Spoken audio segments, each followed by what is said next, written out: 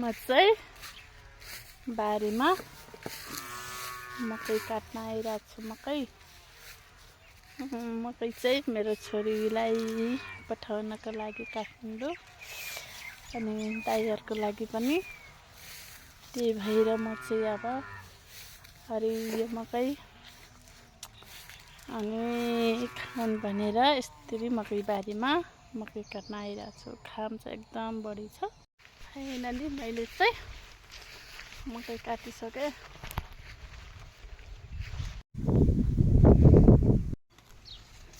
मकै चाहिँ मैले काठमाडौँ पठाउनको लागि काठमाडौँ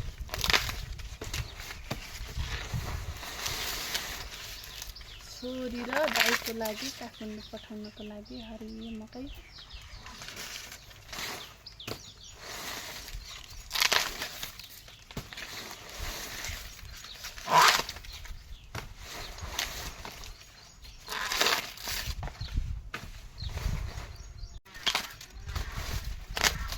मकैको बिटा चाहिँ यस्तो छ।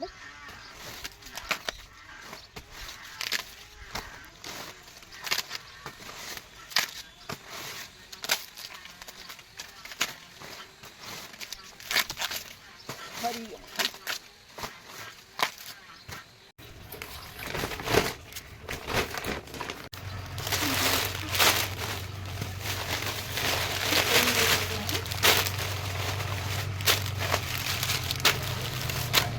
काठमाडौँ आछि चापी त कान्छालाई दिइरहेको रहेछु।